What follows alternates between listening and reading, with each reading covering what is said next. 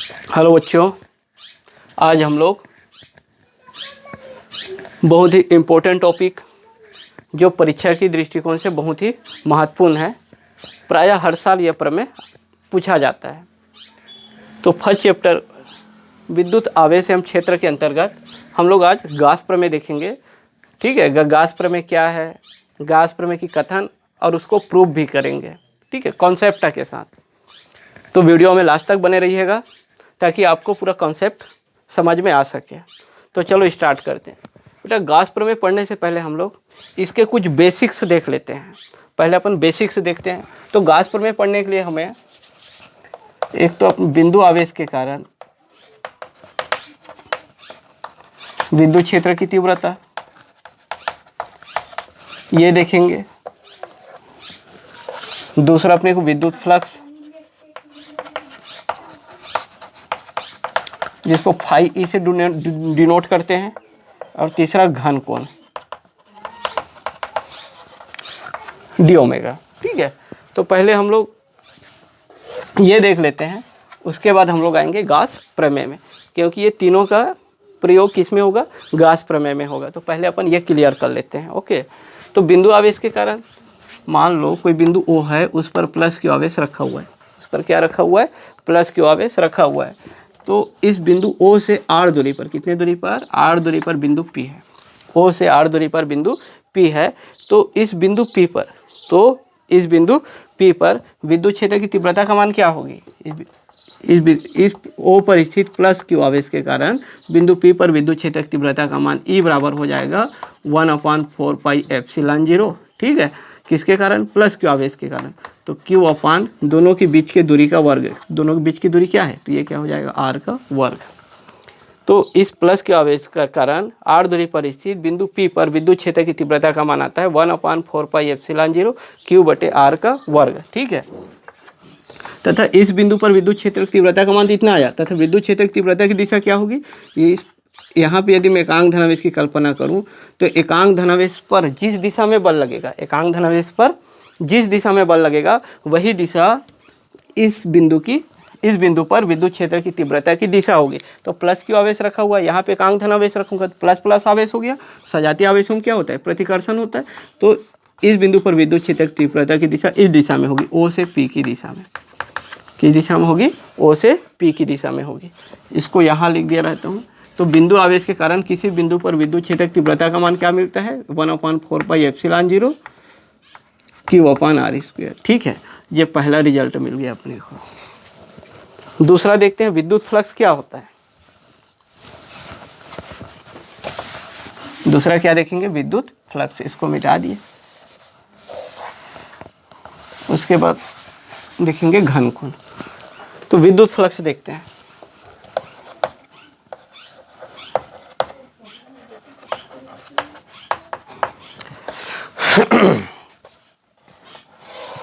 ये मान लो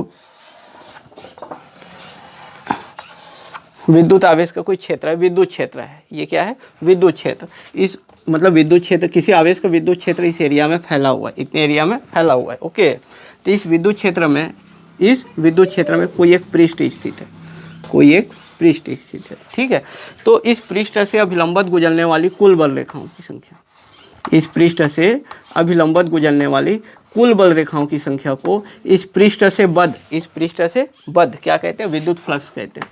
ओके, विद्युत फ्लक्स की परिभाषा क्या हो गया, विद्युत क्षेत्र में स्थित, ये कहाँ स्थित है, विद्युत क्षेत्र में। तो विद्युत क्षेत्र में स्थित किसी पृष्ठ से अभिलंबत गुजरने वाली कुल बल रेखाओं की संख्या, अभिलंबत गुजरने वाली कुल बल रेखाओं की संख्या को ही इस पृष्ठ से बद्ध क्या कहते हैं, विद्युत फ्लक्स कहते हैं। और विद्युत फ्लक्स को फाई ई से डिनोट करते हैं। काहे से दर्शाते हैं हम लोग, फाई ई से दर्शाते हैं। ठीक है, और फाई ई बराबर होता है vector E dot vector D S. क्या होता है, vector E dot vector D S. अब ई और डी एस क्या है, ये मान लो कोई पृष्ठ है, विद्युत क्षेत्र में स्थित है। ठीक है, मान लो इस पृष्ठ की अभिलंब की दिशा ये है, क्षेत्रफल की दिशा डी एस ये हो गया। इस पृष्ठ की क्षेत्रफल क्या है, इस पृष्ठ की क्षेत्रफल डी एस है।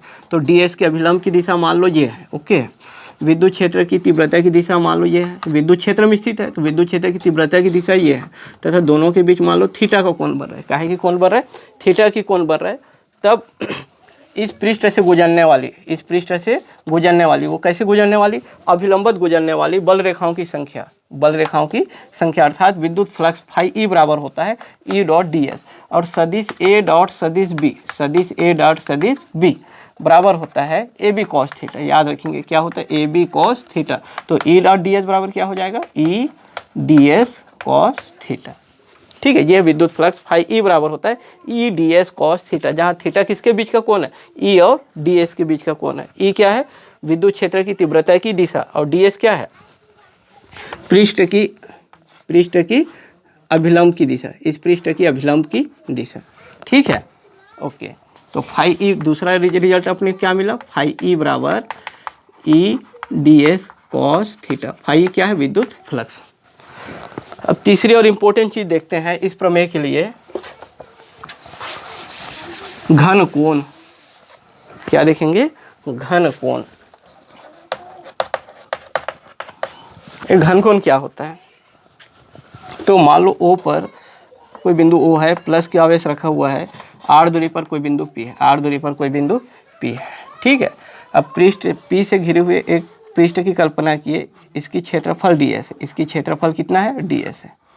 ठीक है, तो ये जो पृष्ठ है, पृष्ठ की परिसीमा ये हुआ, ये और ये, तो पृष्ठ की परिसीमा द्वारा, पृष्ठ की परिसीमा द्वारा किसी बिंदु पर बनाए गए कोण, पृष्ठ की ये लास्ट वाले यहाँ पे स्थित बिंदु इधर ला रहा हूँ मैं, यहाँ पे स्थित बिंदु किससे मिला दिया, तो परिसीमा पर स्थित बिंदुओं द्वारा, परिसीमा पर स्थित बिंदुओं द्वारा किसी बिंदु पर बनाए गए कोण, इस बिंदु पर बनाया, ये कोण का निर्माण कर रहा है, ये वाली रेखा और ये वाली रेखा यहाँ पे कोण का निर्माण कर रहा है। तो परिसीमा पर स्थित बिंदुओं द्वारा, परिसीमा पर स्थित बिंदुओं द्वारा किसी बिंदु पर बनाए गए कोण को घन कोण कहते हैं। किसी बिंदु पर बनाए गए कोण को क्या कहते हैं, घन कोण कहते हैं। ठीक है, और घन कोण डी ओमेगा बराबर होता है D S cos theta, D S cos theta बटे आर का वर्ग। अब डी एस क्या है, इस पृष्ठ की क्षेत्रफल है, डी एस क्या है, इस पृष्ठ की क्षेत्रफल है। आर क्या है, ओ से पी की दूरी है, ओ से पी की दूरी है आर। ठीक है, और थीटा किसके बीच का कोण है, थीटा, तो इस बिंदु पर विद्युत क्षेत्र की तीव्रता की दिशा इस ओर होगी, मान लो पृष्ठ की क्षेत्रफल की दिशा इस ओर है, तो ई और डी एस के बीच का कोण क्या है, थीटा। तो ये थीटा किसके बीच का कोण है, ई और डी एस के बीच का कोण है, थीटा। ठीक है, तो घन कोण डी ओमेगा बराबर होता है, याद रखेंगे, डी एस कॉस थीटा बटे आर का वर्ग। अच्छा, एक चीज और, मान लो ये जो घन कोण किसी बंद पृष्ठ के अंदर बन रहा है, मान लो घन कोण कहाँ बन रहा है, बंद पृष्ठ के अंदर बन रहा है, तो डी ओमेगा जो होता है बंद पृष्ठ के अंदर, किसके अंदर, बंद पृष्ठ के अंदर डी ओमेगा का मान 4 पाई होता है। बंद पृष्ठ के अंदर, ये बंद पृष्ठ को प्रदर्शित कर रहा है, तो बंद पृष्ठ के अंदर डी ओमेगा का मान कितना होता है, 4 पाई होता है। मतलब बंद पृष्ठ के अंदर किसी भी बिंदु पर बनाए गए घन कोण का मान कितना होता है, 4 पाई होता है। ठीक है, अब आते हैं हम लोग थ्योरम में, इस प्रमेय में।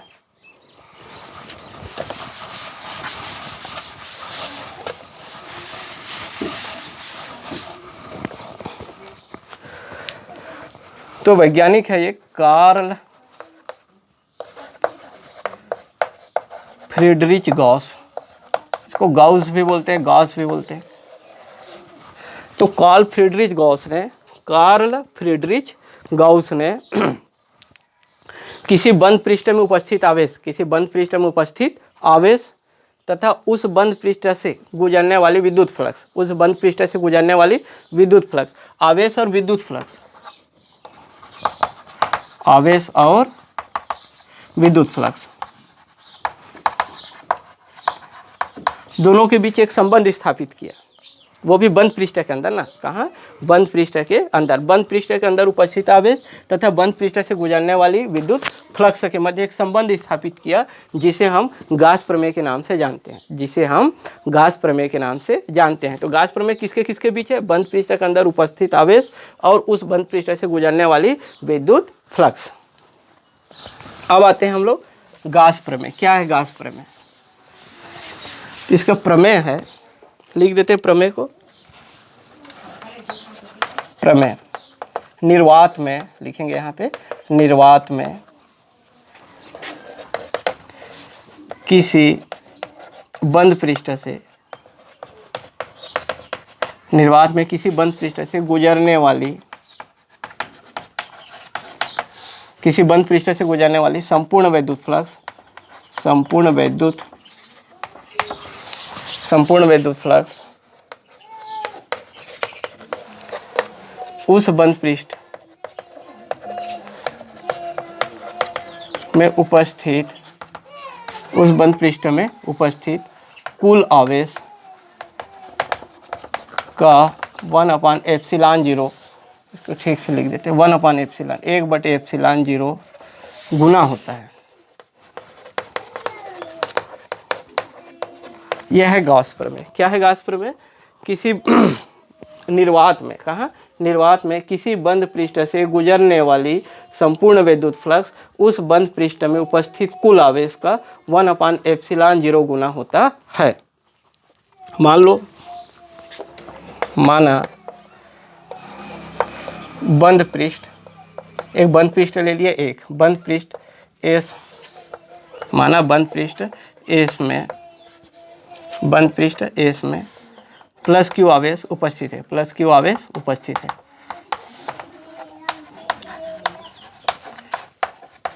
मान लो कोई बंद पृष्ठ है, उस बंद पृष्ठ का नाम क्या है? एस। बंद पृष्ठ का नाम क्या है? एस। सॉरी, चाक नहीं चल रहा इसमें। उस बंद पृष्ठ का नाम क्या है? एस। उस बंद पृष्ठ में कौन सी, कितना आवेश उपस्थित है? प्लस क्यू आवेश उपस्थित है। तो उस बंद पृष्ठ से, उस बंद पृष्ठ से गुजरने वाली संपूर्ण विद्युत फ्लक्स, संपूर्ण विद्युत फ्लक्स फाई ई बराबर हो जाएगा, विद्युत फ्लक्स को फाई ई से शो करते हैं, फाई ई बराबर हो जाएगा समेशन इंटीग्रेशन समाकलन का चिन्ह। पृष्ठ का नाम क्या है हमारे पास? एस लिख दिया। ये क्या प्रदर्शित कर रहा है? बंद पृष्ठ को। ई डॉट डी एस बराबर संपूर्ण विद्युत फ्लक्स। संपूर्ण विद्युत फ्लक्स किसके बराबर होता है? उस बंद पृष्ठ में उपस्थित कुल आवेश। बंद पृष्ठ में उपस्थित कुल आवेश क्या है? क्यू। कुल आवेश का कितना गुना होता है? 1/ε0 गुना होता है। तो ये हो जाएगा 1/ε0, और क्यू और 1 का गुना करेंगे तो Q/ε0। ठीक है, ये है गॉस प्रमेय। ये क्या है? गॉस प्रमेय। इसको हमको सिद्ध करना है। इसको क्या करना है? सिद्ध करना है। ठीक है, तो इसको आप नोट कर लीजिए या स्क्रीनशॉट ले लीजिए। इसके बाद इसका प्रूफ करेंगे हम लोग। इसको रटने की ज़रूरत नहीं है, आवश्यकता नहीं पड़ेगी। इसको आप स्टेप बाय स्टेप समझते जाइए। बहुत ही आसान है और परीक्षा की दृष्टिकोण से बहुत ही महत्वपूर्ण टॉपिक है। ये सवाल बोर्ड के एग्जाम में हर साल पूछा जाता है। ठीक है, अब इसको मैं मिटा रहा हूँ। इसको ऊपर लिख देंगे हमको जो प्रूफ करना है।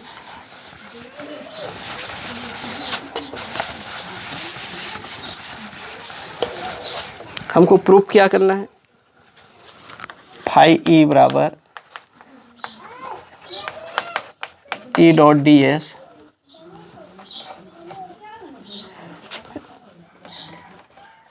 ठीक है, यही देखे थे, बराबर Q/ε0। ये हमको सिद्ध करना है। ठीक है, यहाँ लिखेंगे प्रूफ। क्या लिख रहे हैं हम लोग? प्रूफ लिख लिए। एक बंद पृष्ठ बना लिए, यहाँ बना लेता हूँ एक बंद पृष्ठ। एक बंद पृष्ठ बन गया। इस बंद पृष्ठ का क्या नाम है? एस। यहाँ लिखेंगे माना एस एक बंद पृष्ठ, एस एक बंद पृष्ठ है, एस एक बंद पृष्ठ है। ठीक है, समझ में आया? माना एस एक बंद पृष्ठ है। बंद पृष्ठ के अंदर किसी बिंदु O पर, बंद पृष्ठ के अंदर किसी बिंदु O पर प्लस क्यू आवेश स्थित है। लिखते जाएंगे। बंद पृष्ठ के अंदर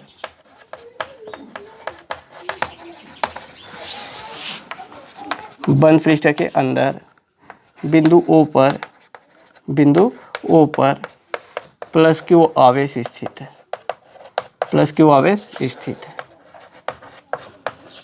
हो गया। बंद पृष्ठ के अंदर बिंदु O पर प्लस क्यू आवेश स्थित है। बिंदु O से R दूरी पर एक बिंदु P है। बिंदु O से R दूरी पर एक बिंदु P है। लिखेंगे यहाँ पे बिंदु O से R दूरी पर, बिंदु O से R दूरी पर एक बिंदु P स्थित है, P एक बिंदु P स्थित है। ठीक है, देखो क्या लिखे हम लोग, लिखने का बनाते जाएंगे, लिखते जाएंगे। माना ए से एक बंद पृष्ठ है, माना ए से एक बंद पृष्ठ है। ओके, बंद पृष्ठ के अंदर, बंद पृष्ठ के अंदर बिंदु O पर, बिंदु O पर कौन सा आवेश स्थित है, प्लस Q आवेश स्थित है। ठीक है, अब बिंदु O से R दूरी पर, बिंदु O से R दूरी पर एक बिंदु P है।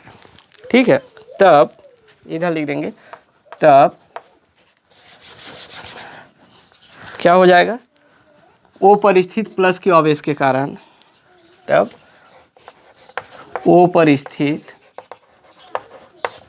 प्लस Q आवेश के कारण, प्लस Q आवेश के कारण बिंदु P पर, बिंदु P पर विद्युत क्षेत्र की तीव्रता, विद्युत क्षेत्र की तीव्रता O पर स्थित प्लस Q आवेश के कारण बिंदु P पर विद्युत क्षेत्र की तीव्रता।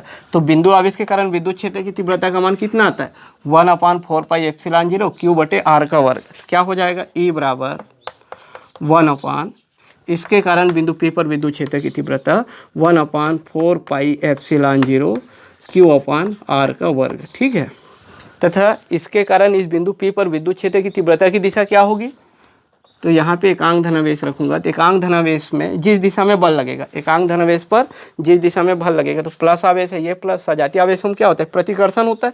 तो एकांक धनावेश को क्या करेगा, ये अपने से दूर भगाने का प्रयास करेगा। तो विद्युत क्षेत्र की तीव्रता की दिशा इस ओर होगी। ठीक है, यहाँ पे बिंदु P है, तो विद्युत क्षेत्र की तीव्रता की दिशा O से किस दिशा में, P की दिशा में। यह हो जाएगा हमारा समीकरण नंबर 1। ठीक है, तो बिंदु P पर क्या मिल गया हमको, विद्युत क्षेत्र की तीव्रता E बराबर क्या मिला, 1/4πε0 Q/R²। अब क्या करेंगे, इतना काम हो जाएगा। अभी तक क्या लिखे हम लोग, माना ए से एक बंद पृष्ठ है। ठीक है, बंद पृष्ठ के अंदर बिंदु O पर प्लस Q आवेश स्थित है। ठीक है, बिंदु O से R दूरी पर एक बिंदु P है। तब बिंदु प्लस Q आवेश के कारण, प्लस Q O पर स्थित प्लस Q आवेश के कारण बिंदु P पर विद्युत क्षेत्र की तीव्रता का मान आया E बराबर 1/4πε0 Q बटे R का वर्ग, तथा विद्युत क्षेत्र की तीव्रता की दिशा हो जाएगी O से P की दिशा में। ठीक है, अब क्या करेंगे, अगला काम, इस बिंदु P द्वारा घेरे हुए अल्प पृष्ठ ds की कल्पना करेंगे। बिंदु P को यहाँ लिख दिया, बिंदु P द्वारा घेरे हुए अल्प पृष्ठ ds की कल्पना करते हैं। ठीक है, ये कौन सी पृष्ठ है, ds, कौन सी पृष्ठ है, ये ds, तथा इस पृष्ठ की क्षेत्रफल की दिशा, इस पृष्ठ की क्षेत्रफल की दिशा मान लिया हम लोग Pn। ये Pn क्या है, ये किसकी दिशा है, इस क्षेत्रफल की दिशा, इस पृष्ठ की क्षेत्रफल की दिशा क्या है, Pn। लिख, ये सब लिखते जाना है। माना नहीं, अब लिखेंगे, अब किसके द्वारा घेरे हुए, बिंदु O द्वारा, बिंदु O द्वारा नहीं, बिंदु P द्वारा घेरे हुए अल्प पृष्ठ, छोटा पृष्ठ। देखो ये पूरा बंद पृष्ठ, बहुत बड़ा पृष्ठ, छोटे से पृष्ठ लिए, तो इस कारण लिखेंगे। अब बिंदु P द्वारा घेरे हुए अल्प पृष्ठ ds की कल्पना करते हैं, ds की कल्पना करते हैं। ठीक है, ds की कल्पना करते हैं, तथा ds की दिशा, ds की दिशा, इस पृष्ठ की क्षेत्रफल की दिशा उस पर खींचे गए अभिलंब, उस पर खींचे गए अभिलंब, इस क्षेत्रफल की दिशा क्या होगा बताया, Pn, Pn की दिशा में होगी, Pn की दिशा में होगी। ठीक है, अब क्या किए, बिंदु P द्वारा घेरे हुए अल्प पृष्ठ ds की कल्पना करते हैं, तथा ds की दिशा उस पर खींचे गए अभिलंब Pn की दिशा में होगी। अब क्या करेंगे, मान के चलते हैं E और ds के बीच कौन सी कोण बन रहा है, थीटा कोण बन रहा है। लिख देंगे, माना E और ds के बीच, E और ds के बीच का कोण थीटा है। दोनों के बीच का कोण क्या है, थीटा है। माना E और ds के बीच का कोण क्या है, थीटा है, ये वाला थीटा। ओके, इसको नोट कर लीजिए या स्क्रीनशॉट ले लीजिए। इसको मिटा रहा हूँ ना।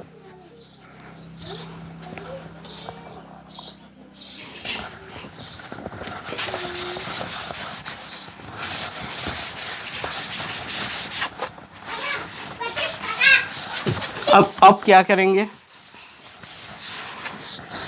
इसको इससे मिला देते हैं ना यार, इसको इससे मिला दिए, ठीक है, ये आर। तो यहाँ पे जो कोण बन रहा है इस पृष्ठ द्वारा बन रहा है, इस पृष्ठ द्वारा बिंदु O पर जो कोण बन रहा है उसको क्या बोलते हैं बता दिया हूँ मैं। यहाँ पे क्या कहते हैं, इसी को घन कोण, क्या कहते हैं, घन कोण। अब क्या करेंगे हम लोग, इस अल्प पृष्ठ से गुजरने वाले विद्युत फ्लक्स निकाल लेते हैं। अब अल्प पृष्ठ ds से, अल्प पृष्ठ ds से गुजरने वाली, अब अल्प पृष्ठ ds से गुजरने वाली विद्युत फ्लक्स,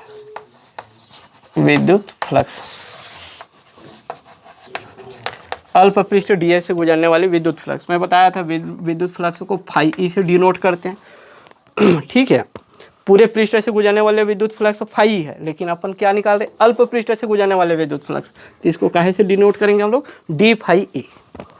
तो यह हो जाएगा अल्प पृष्ठ से गुजरने वाले विद्युत फ्लक्स डी फाई ई बराबर हो जाएगा vector E dot vector D S. क्या हो जाएगा, vector E dot vector D S, ठीक है। अब अपने को मालूम है vector A dot vector B बराबर क्या होता है, दो सदिशों का अदिश गुणनफल vector A dot vector B बराबर होता है ए बी कॉस थीटा। क्या होता है, ए बी कॉस थीटा, जहाँ थीटा किसके बीच का कोण है, ए और बी का, ये ए हो गया, ये बी हो गया, तो ए और बी के बीच का कोण क्या है, थीटा। तो vector E dot vector D S बराबर क्या हो जाएगा, ई डी एस कॉस थीटा, ई डी एस कॉस थीटा, जहाँ थीटा किसके बीच का कोण है, ई और डी एस के बीच का कोण है, ई और ये किसकी दिशा है, क्षेत्रफल ds की दिशा है, तो ये थीटा किसके बीच का कोण है, e और ds के बीच का कोण है, ओके।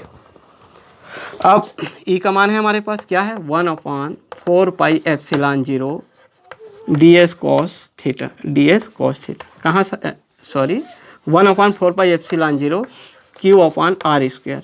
e का मान क्या है, 1/4 पाई एप्सिलॉन 0 q/r²। अब क्या बच गया इधर, ds cos थीटा। ये कहाँ से आया, समीकरण 1 से, समीकरण 1 से देख लीजिएगा। समीकरण 1 में क्या है, e बराबर 1/4 पाई एप्सिलॉन 0 q/r², ओके। अब इसको थोड़ा हल कर देते हैं तो क्या होगा,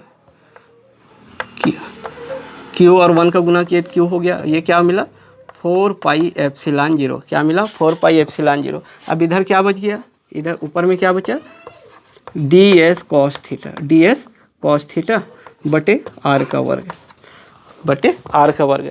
और डी एस कॉस थीटा बटे आर का वर्ग किसके बराबर होता है, बता चुका हूँ, डी ओमेगा। डी ओमेगा क्या है, इस पृष्ठ डी एस द्वारा बिंदु ओ पर बनाया गया घन कोण, ठीक है ना। डी ओमेगा क्या है, पृष्ठ डी एस द्वारा बिंदु ओ पर बनाया गया घन कोण। और डी ओमेगा बराबर क्या होता है, डी एस कॉस थीटा बटे आर का वर्ग। ये क्या है, डी एस कॉस थीटा बटे आर का वर्ग। तो इसकी जगह क्या लिख सकता हूँ मैं, डी ओमेगा लिख सकता हूँ, क्या लिख सकता हूँ, डी ओमेगा। तो क्या हो जाएगा, q/4 पाई एप्सिलॉन 0, ठीक है, ये लिख दिया मैं डी ओमेगा, जहाँ डी ओमेगा क्या है, पृष्ठ डी एस द्वारा बिंदु ओ पर बनाया गया घन कोण, ठीक है। जहाँ डी ओमेगा क्या है, पृष्ठ डी एस द्वारा बिंदु ओ पर बनाया गया घन कोण है। ये क्या, किसका मान निकाले अभी तक हम लोग, अल्प पृष्ठ से गुजरने वाले विद्युत फ्लक्स। अब क्या करेंगे हम लोग, हमको क्या निकालना है, इस बंद पृष्ठ से गुजरने वाली संपूर्ण विद्युत फ्लक्स, पूरा बंद पृष्ठ से गुजरने वाले विद्युत फ्लक्स निकालना है। तो क्या करेंगे, अल्प पृष्ठ से जो निकाले हैं उसका क्या कर देंगे हम लोग, समाकलन कर देंगे। क्या कर देंगे, समाकलन कर देंगे। तो समाकलन करने से हमको क्या मिल जाएगा, बंद पृष्ठ से गुजरने वाली संपूर्ण विद्युत फ्लक्स। इसको नोट कर लीजिए या स्क्रीनशॉट ले लीजिए, ठीक है। इसके नीचे लिखेंगे हम लोग, इसको मिटा रहा हूं मैं,